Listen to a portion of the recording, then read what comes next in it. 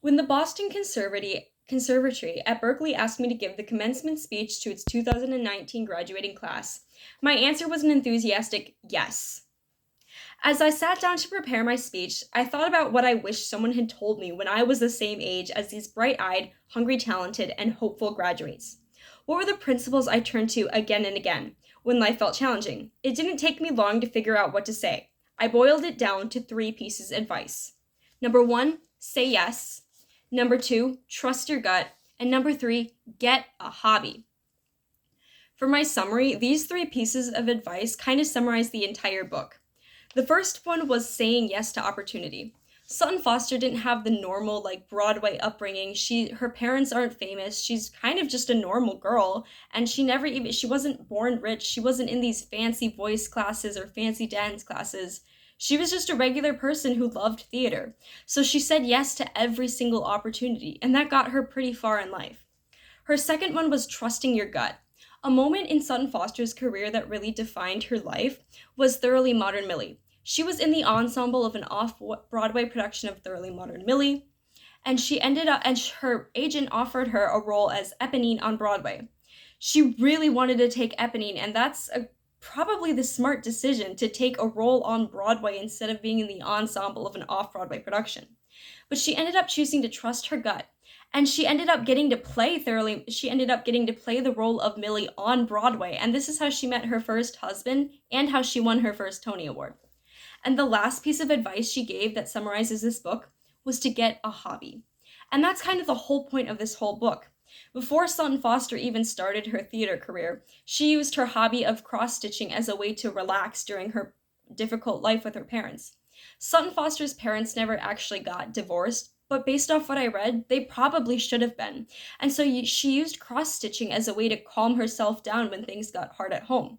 Or during her career, when she was in a production of Follies and Grease, and some of the other showgirls would make fun of her or tell her that she's doing too much or she's not good enough to be in the show.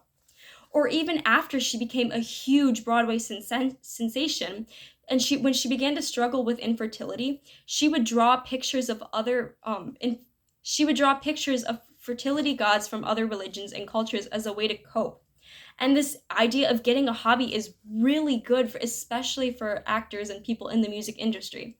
I swim and I run and I weightlift. I'm not good at any of the three, but it's really good for me to have that extra hobby. The fastest 5K I ever ran was the day after Mamma Mia auditions when I was so scared about what was going to happen. And so for my analysis question, I chose to answer question 3.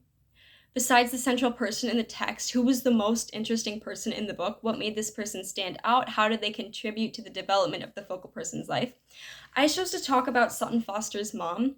Sutton Foster's mom was extremely agoraphobic after Sutton Foster left for New York.